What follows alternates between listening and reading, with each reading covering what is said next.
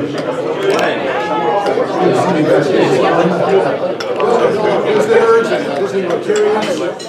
to call on Judy Brumley for the invocation and to lead the Pledge of Allegiance.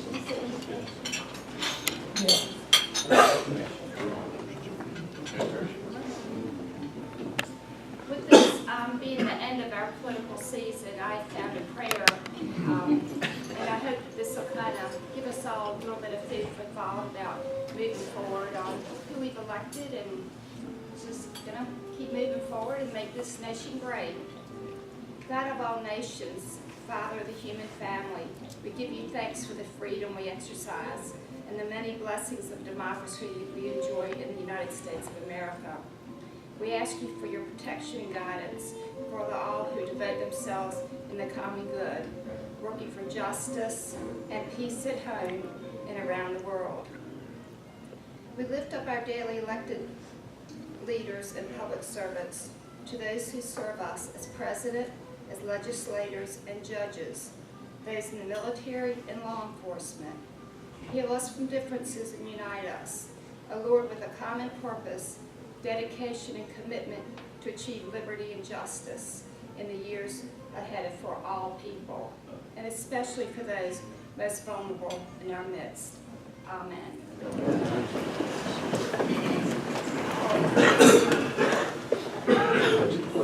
the flag of the United States of America, and to the republic for which it stands, one nation, under God, indivisible, with liberty and justice for all. Is it the truth?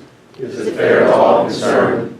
Will it build goodwill and better friendships? Will it be beneficial to all concerned?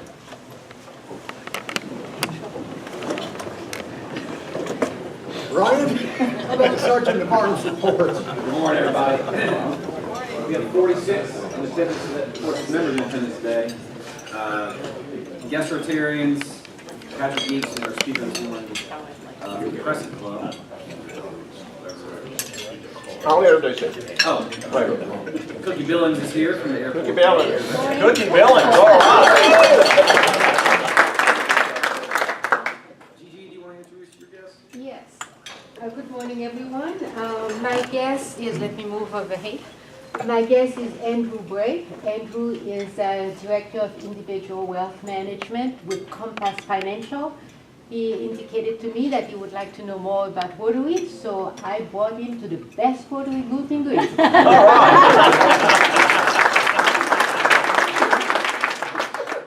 I want to say this is kind of midpoint between member and guest. Christy Milhouse here again. Judy said she'd do a 10-minute introduction if you wanted that. That's all. Thank you, Brian. Well, I want to know, raise your hand if you were at Pigstock this past weekend.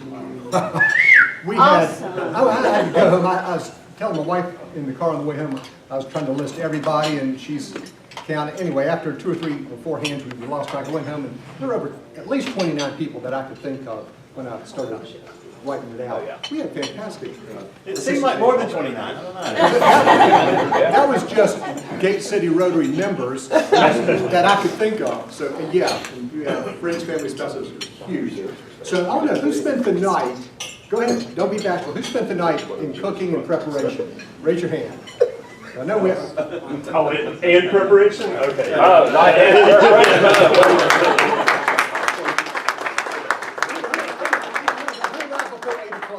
In the morning at work. And who helped cook? Who helped stir and cook and prepare? I know we had several people. It was a team effort. And who got first in the ribs? Well, there we go. Person chili. Oh, yeah.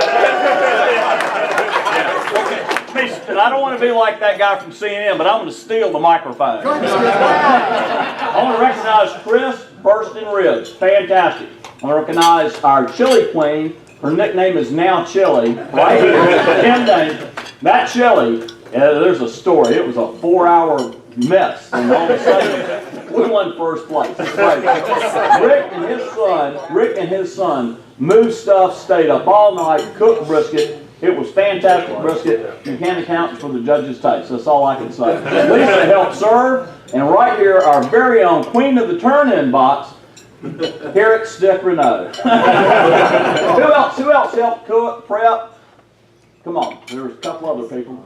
There we go. Jeff was out there. And who just helped drink the beer? I drank it. Thank you all. You can't do it.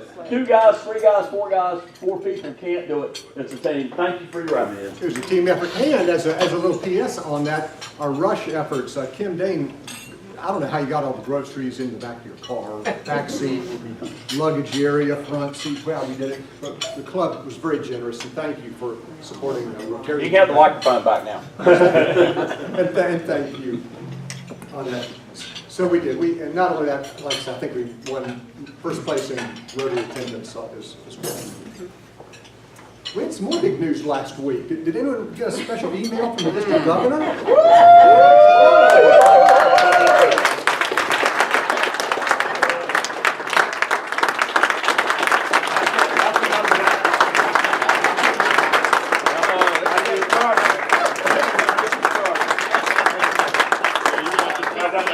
That'll be the one and only time for that. Sucker. No, I am extremely humbled and happy to be selected for that, and I can't wait to work for the district. It's gonna be a good journey. Chris, thank you. And Chris is the second district governor from our club in our young 25 years. Mike Conrad, district governor in 9 and 10. Correct. So 9 and 10, about every 10 years we're generating a district governor. That's unheard of. Well, that explains it. Chris, thank you. That was a great email to get from Claudia. Foundation dinner tonight. Who's going to the foundation dinner? I know we have more than that. Well, they're not all here. We got 18. They might get the 18 tonight at the Sporting Center. A couple more things. We have a board meeting on Tuesday morning, bright and early, 7 o'clock. Usual place, same time and place. If you are wearing a red badge and want to attend a board meeting to work towards your blue badge, let me know. I'll make sure you have directions and can find us and know the password and the secret knock. New member orientation, that is for new members or people that are fairly new that may have missed an earlier new member orientation. November 15th at Lisa Simpson's house. Please let Lisa know, let me know if you'd like to attend that. We'll make sure you get the directions and time for that. Rick, how about birthdays and anniversaries? And I think I'm going to give you a little extra work. We didn't get through everything last week. I'm pretty confident. Yeah, I know it. Somebody think this slipped by. We're going to do a couple weeks. I'm sorry I wasn't here last week. And I'm sorry we missed Dr. Howell actually had a birthday on the day of the event. Except I think he's not counting them, but we are. So, and then I think you guys did recognize Danny Farley last week. Yeah. All right. And then we had one who was being coy and wouldn't own up to it, but we got the record right here today. He'll not get away with it. Mr. Quinn, last week, so we didn't get to sing Happy Birthday to him last week because he said we We covered that.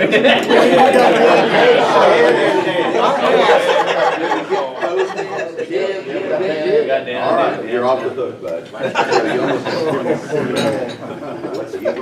All right, some club anniversaries. Miss Lisa, you have a club anniversary on November 1st. How many years? 3. Yes, all right. I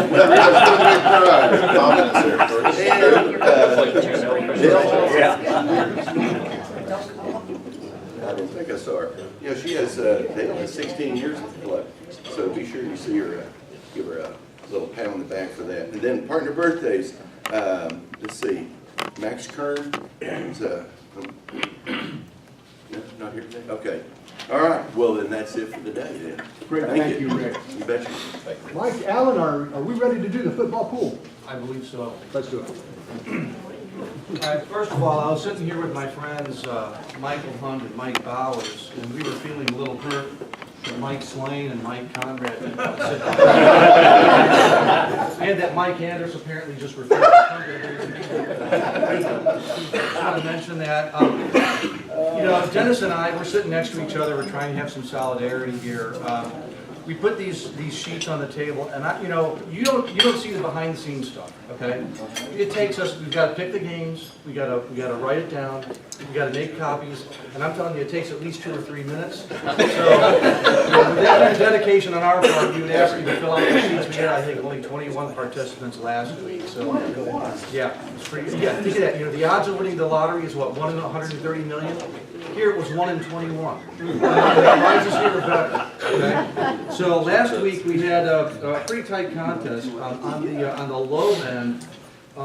You already said Dale Meltzer wasn't here, and that's because she only got 9 right, and she knew it, so she didn't come. And is John Nossick here?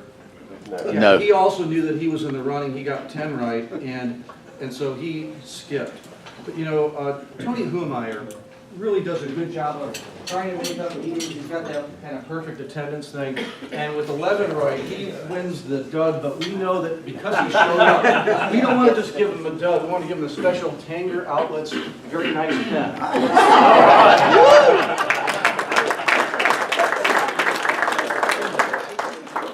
We don't like to reward poor performance, Tony, so next time it will be a bad gift if you do poorly.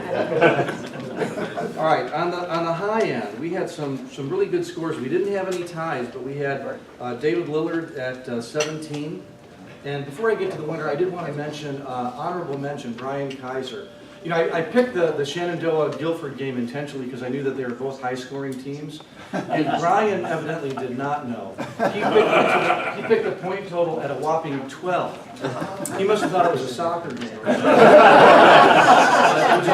point total was 109, so he was only off by 97. But on the high end, David Lillard had 17 right, Mike Conrad had 18 right, and so we're going to reward him with a 10 for doing a good job. And then at 19 right, Guy Ravondo. And Guy gets a First Bank coffee mug and a wonderful, I think there's a bunch of things inside, goodies inside. I couldn't bring myself to pick Alabama over LSU. I noticed that. 20 right. I noticed that. Yeah, he did that, and also, Tommy, I picked, where's Tommy? Oh, there you are. I know you were kind of whining a little bit about Kentucky not being on there a couple weeks ago, and I put it on there, so you win the Heart Overhead Award for picking Kentucky. Just like that.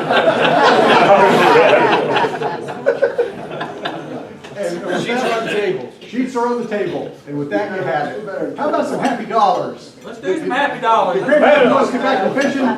I want to go ahead and do mine because we didn't do birthdays and anniversaries one particular week, and then I haven't been here.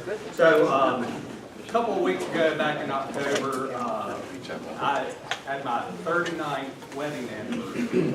And of course, you know, I spend all year not planning this thing. And then, so I realized, well, I'd won this thing at our fundraiser, a night at the Proximity. So it was a year and a half old, it had the expiration date. So I asked my friend Tony, and Tony said, of course.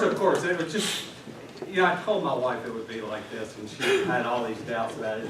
Tony goes over to the desk, and they call up, and they set this up, and it was a really nice setup. It was, you know, early check-in, late check-out, an in-room massage, you know, this whole romantic thing. So we have dinner at the Print Works, and then we go up to our room, and I walk in the room, and it's nicely. You got to get out some more. right there. Got to get out some more money. You know, we had this great dinner. We had a bottle of champagne, and you know, we go up to the room, and it's sort of the lights are low, and they've got a Norah Jones CD playing in the CD player, and we fell asleep. Like 30 seconds. It was a great anniversary. Thank you, Tony. Anyway, Jim did it. of you who were at Pigstock, or who are Facebook friends of Bob Hebrock's, that's a happy dollar for Bob and his drone. Oh, yeah, all right. Amazing drone footage of Pigstock. Yeah, I'm going to give Jeff the video. If anybody hasn't seen it, I guess get it posted a little more officially, right? Yeah, we're going to do something at the end of the year with a video too. I got 10, baby. 10. I got lots of happiness this morning, and it's all piggy related. I tell you what, I'm so happy and so proud to be a part of this team. But a lot of people are recognized, but just a couple. Chip and Chris, man, leading the way. These guys are fantastic. It's unreal. And others who supported us before we got there, as we got set up, came along the way, and then so many of you showed up just to be there. And so happy bucks for that as well. And big happy buck, you know I was let in so I could do the brisket thing. Fell flat on my face. I understand there was a vote later that night, but I'd still get to be a member. Yay! Thanks for letting me stay. And because I'd asked Chris, and I said, if they drum me out, can I come back? They were pretty adamant. Nobody. You'd let me call and say, thank you, Big City, for letting me stay. No, it was a great time, and thank you everybody. And Dan and Cookie for putting this thing together. What a great cause. And I mean, talk about starting to work early. Those two have been working I don't know how long. And we really did some good for a really good charity. And that's just what really made it all fun. So thanks to everyone. Awesome. Kelly. Yes.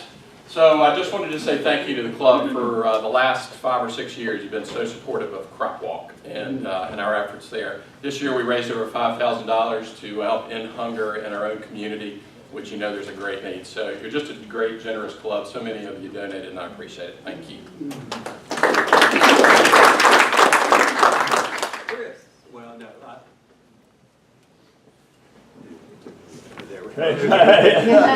Chili. I just want to also echo some words about the chili cook-off because it was my first time, and I'm a northern girl, and I'm sure there was a lot of doubt in this room. Chili, you know, but everyone said, okay, you give it a try, and it was a group effort, and I want to thank Chip and Chris for helping out because they put the finishing touches on it, and we managed to. We did have to do a lot of fixing at one point. You know, it doesn't always go smooth, but the chili, we figure our chili was spicy and that's why we won. And anybody that had it, it was spicy. Okay? So, I think it was an aftertaste, and it got the team behind us after the judge. But you know, it really is a great event, and I just want to thank everybody that came out. If you didn't help, but that you came and supported the event because it was very worthwhile. Great day. Chris. All right, so a lot of you guys, I guess everybody probably knows that my oldest son has autism, and he's high functioning, and he's always pushing for independence, and he wants to be like everybody else, and he wants those same opportunities. Well, he approached us, a couple of years back, saying that he wanted to get his license, and there was no part of me that thought that was going to be a possibility for him, but I said, all right, well, here's the deal. The first impediment I put in place, I said, he hates to read, so I said, before I let you take driver's ed, you've got to read the handbook. Well, he read the handbook, so I let him take driver's ed, thinking surely that was going to be the end of it. He was going to have problems getting through driver's ed. Now he made it through driver's ed. So then he got to do the driving portion of driver's ed. Made it through that. No problem. Then he goes to take the written test. Little stumbling block there. He failed it the first time, but he's got. He's got an audiographic memory. It's not, it's similar to a photographic, but it's, anything he hears, he gets. So he, has a little bit of trouble reading processing, oddly enough. But, so he had a little bit of problem with the written. Next time we go, 20 questions, he gets all 20 right, and so he passes that. So I'm like, okay, well, hey, but he's lazy. So I'm like, all right, so this, getting the 60 hours driving time, surely that's not going to happen. Yeah, you got to get 60 hours now of driving time with your parents. So he gets all his hours. Well, he, I'm thinking, all right, the last bastion here, there's no way he is going to get through the actual road test with the DMV officer. Well, let him do it on his 18th birthday. He walks in, it's one of the coolest things I've ever personally witnessed. He walks in, enters busts through the door after, arms in the air. I did it! There was a room full of people. He walks down the aisle with people sitting there.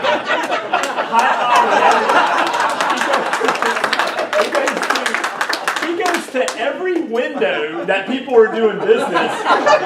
Personally tells everybody that he's doing it. There was so much inertia that we couldn't stop it. I mean, it was just, so he's walking around. The guy that helped him with the written thing, when he went and checked in and got all the information, remembered him. He comes around the corner, gives him a big hug. And that was it. So he's got his driver's license.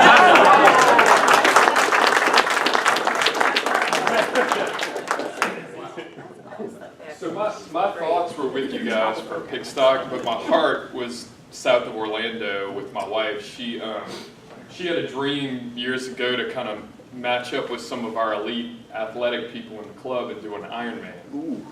So she started training. She signed up for it last year at this time, trained for a full year.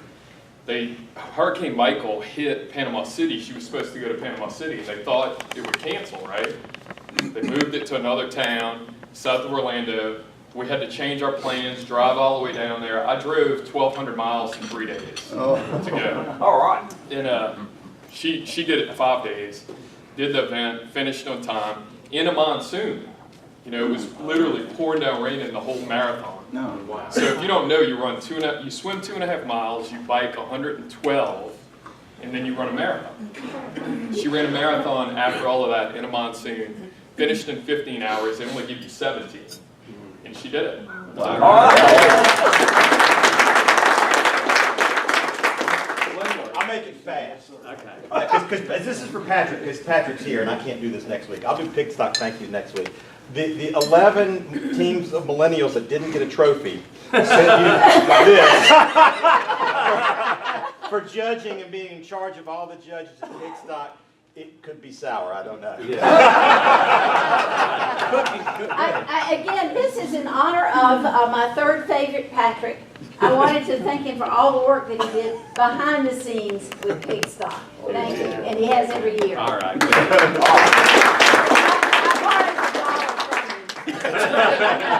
We got to give time to our speaker. I'm sorry. But anyway, Grandpappy always used to tell me, the only thing standing between you and your goal is a total lack of talent and complete failure of will. All right, well, I'm ready to talk. Are we ready?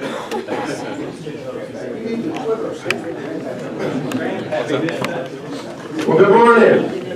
I'm going to introduce our speaker, who is certainly, he's been with us, I believe, 7 or 8 times now. Not really, but we love having Patrick Eakes to come to our club and speak. Most of you already know Patrick. He grew up in Greensboro. He's a graduate of NC State, both his BS and MS. He owns the company, CP Eakes, and they do high-end custom metal goods. Patrick has done all things Rotary. He's a member of the Crescent Club. He was president, and that actually goes back to when I met Patrick. We were presidents the same year, 2001, 2002. And we became fast friends after that. That was really the beginning of our friendship whenever we were presidents of our clubs. He led the Crescent Club to become Triple Crown, and that's important. This is Foundation Month, and we are a Triple Crown club. Everyone was a Paul Harris Fellow. Everyone was a benefactor. Everyone was a sustaining member. And they were number 1, but we were number 3. So they gave us the impetus to do what we've done today. He's been involved as the foundation chair. He's a past district governor. He is involved at the zone level, which now includes, I think, about 19 districts now that we picked up some in Pennsylvania. and he will become our Rotary coordinator for the zone beginning July 1, 2019. Is that right? Okay. And that is all about membership. And there's no better person to be able to do that than him. He's involved in the community, been president of the Sedgefield Country Club, board of directors from Wyndham, big golfer, obviously, and he is married. It's a divided family. His wife, Kristen, is a Kiwanian, and they have 2 kids that if you go to any Rotary function, you're going to see both of them, Sarah and John. And so they are really junior Rotarians, and they are already giving back in many, many ways. He's a Paul Harris Fellow, he's a major donor, Paul Harris Society, and he's the recipient of the Distinguished Service Award and Service Above Self Award. So let's give a warm Rotary welcome to our friend, Patrick Eakes.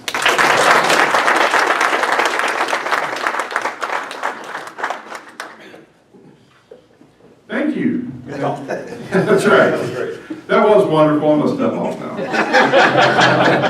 Mike, thank you for that introduction, and thank you for the warm welcome you always give me. I was looking through my notes last night. I spoke to this club. I gave the program in 2005, in 2006, in 2007, and I think at that point you adopted my wife's policy of a little bit of Patrick goes a long way. And I didn't come back until you had to let me come back as district governor in 2014. So I'm glad to be back. I know we're running short on time, so I'm going to just sort of hit some top highlights of a couple of things I want to talk about on Rotary Foundation and membership. And maybe in terms of questions, if you have any questions, I'll be hanging around after, and we can talk then.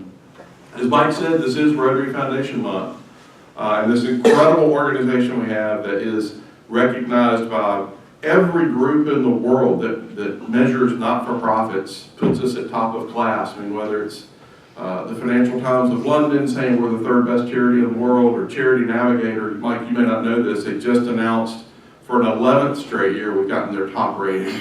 I think that news has just come out in the last week.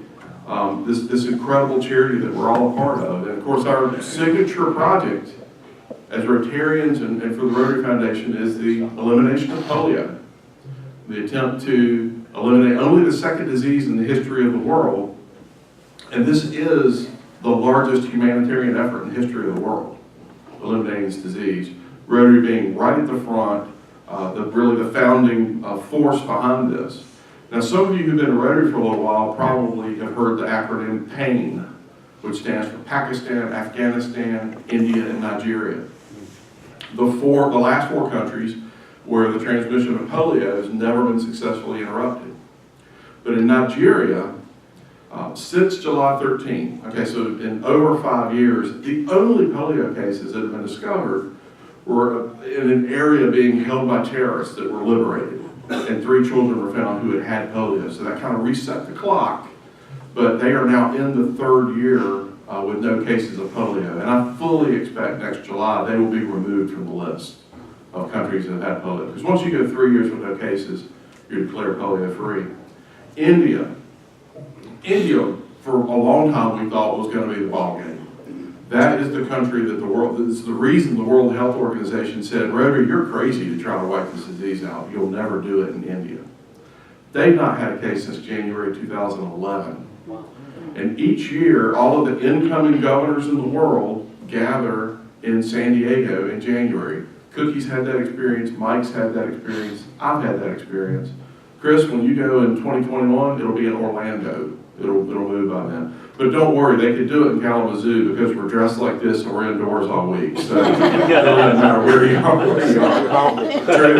True? Yeah, I see nods here. The second day that I was in San Diego for that training, India hit 3 years with no cases.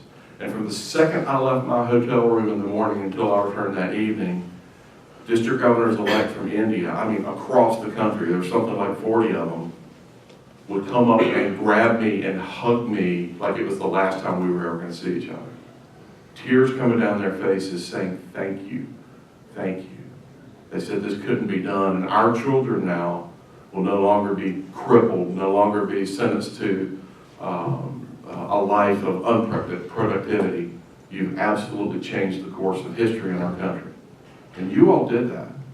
Rotary did that. Just one of the most incredible experiences I've ever had in Rotary. Now, Afghanistan and Pakistan are the last two components of that pain.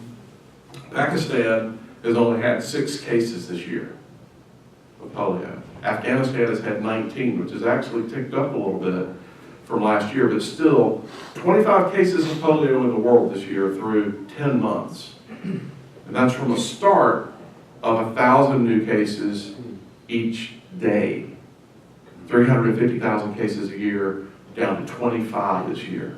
It's pretty phenomenal progress. And to give you an idea of what that looks like, last year there were 2 billion doses of polio vaccine distributed. 2 billion doses. So when we talk about the largest humanitarian effort ever, that's what we're talking about. I do want to just mention that all of that takes a lot of dollars, and you don't have to reach for your wallets now. I'm not doing that. But this club has been a stalwart in terms of support of the Rotary Foundation. You have 14 Paul Harris Society members, people who are giving at least $1,000 a year to the Rotary Foundation, year after year. And that's the most in our district for any club under 100 members. There are a couple of clubs that have just slightly more, but are much larger than you. So it's incredible support that you all provide. Tonight at our foundation banquet, I'll be recognizing some of our folks who have made pledges from their states. A third of the 25 people I'll be recognizing are from this club. Okay, pretty powerful stuff. So thank you for your continued, you all just set the pace. In just about every way you can set the pace in Rotary, you all set the pace. I want to touch on membership for a second. How are we doing here? Yeah, I'm going to keep moving quickly. Talk about membership. You all have had historically fantastic membership growth. In the last 15 years, our district has shrunk by 900 members. Okay, we shrunk 27% as a district. Your club has gained a little over 20 members during that time. Now, that doesn't happen by accident. It doesn't happen because people are just dying to get up at 5:30 in the morning and come have breakfast. It happens because of how active you are. And frankly, this is a club of leaders and a club of love. You all lead in so many ways, civically, professionally, certainly within Rotary. You set the pace, but it's also a club of love. Anytime I'm here, anytime I run into you all away from this Rotary meeting, the affection that I see among this membership is really noteworthy.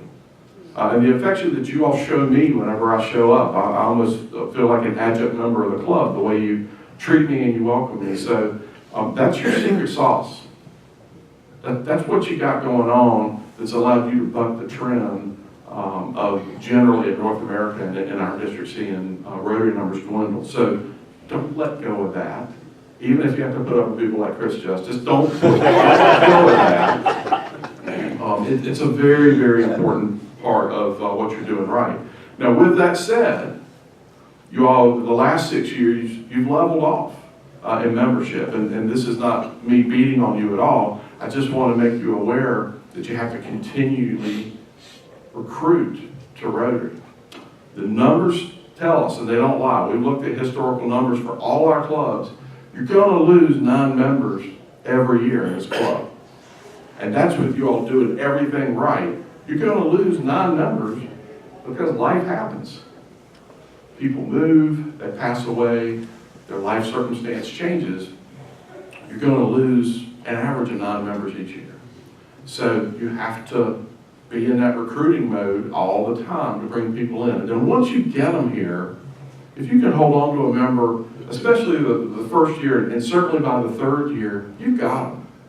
You know, that Rotary attraction is going to seep into their DNA, and they know that they're going to want to be a part of this club. But I just want to say, despite the incredible growth that you've shown over the last 15 years, it is an area that you have to continue to stay focused on. I'm sure Chip and Walt will reinforce that at times, because even though you're doing everything right, you gotta think to make that ask. Come have breakfast with me. Come check out Rotary. I am going to clear the stage because I know that we have one more thing on the program. I apologize for being so quick about this. But the last thing I want to say is the most important thing that I have to say to you, which is thank you. You all really do set the pace in Rotary Foundation, in fellowship, in membership, in just about any way you can measure what a Rotary Club should be. This club has it. And every time I'm here, I keep thinking, man, this club is something else. So thank you for all you do, and thanks for letting me be with you for a little bit this morning.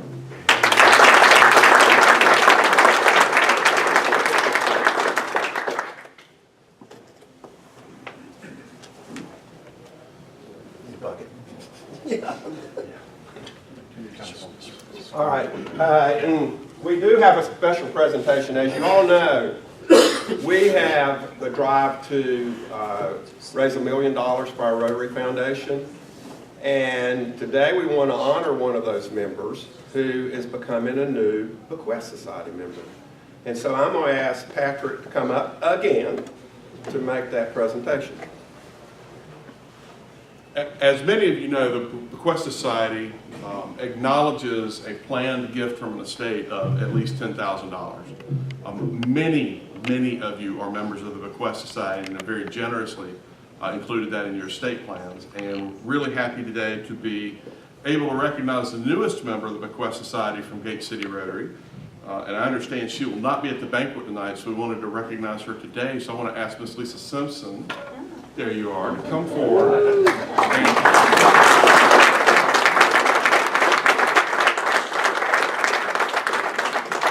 I want to express our appreciation for this very generous planned gift. Lisa Joyce Simpson, this nice crystal and this round pin with what I'm sure is an incredibly fake diamond. Thank you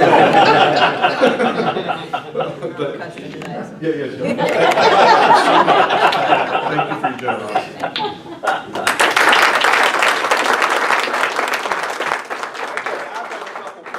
As you know, we reattained becoming a Triple Crown Club last year, and we're going to sustain that. And I do have a benefactor. One of our benefactors that we haven't recognized so far is Robert Gray, and I know I saw him earlier. Are you still here? There he is.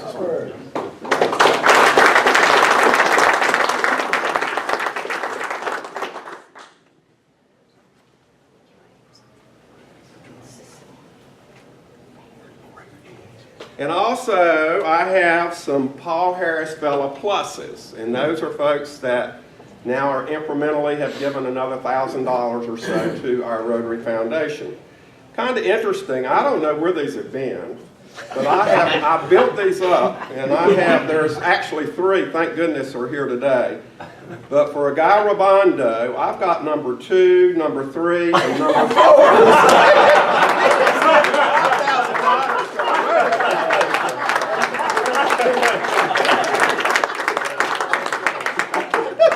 And I don't think it's because you've been absent. Every white coat, right? And I also have for Chris Justice number 2 and number 3.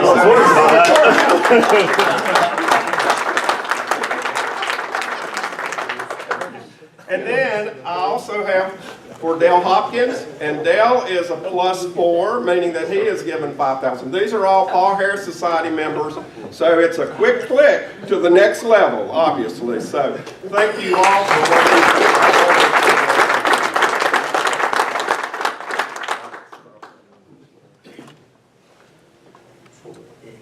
I look forward to seeing so many of you tonight at the Foundation Dinner. As you can tell from what Patrick said, there is a big Rotary is doing some huge things in our world. Thank you for those remarks. Thank you for bringing our attention to that, reminding us of that. We'll do a quick, we're going to ask you to do, hold on, a ticket here for our Queen of Hearts drawing. What do you think you're playing for these days?